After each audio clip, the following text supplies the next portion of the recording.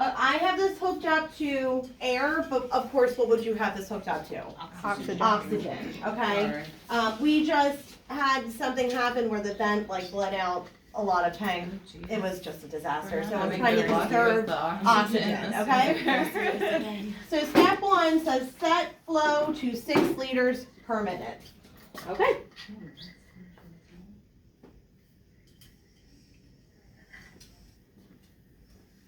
Done. That was easy. Occlude T-piece cap. Set pip. Okay? See how I can change the pip? So right here where it says pip. I can see it. So say they're on 20 centimeters of water, we would set that to 20 centimeters of water. What is the next step? Release T-piece cap. Set peep. Here is where you can, see it says to release it, but I always find that I have to occlude it. Hold on a second.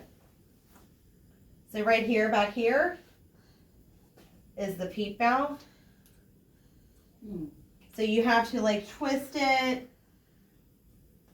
So see how, so this is actually, you wouldn't include, but this is how you can test it, but this would be hooked to baby's ET tube. Okay, and see how it's resting at 5? So if we had a peep of 5, because you have to tighten it, I just made it higher, or loosen it to make the peep lower.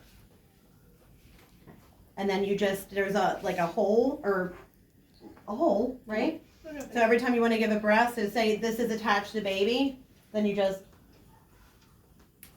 and it stays exactly the same.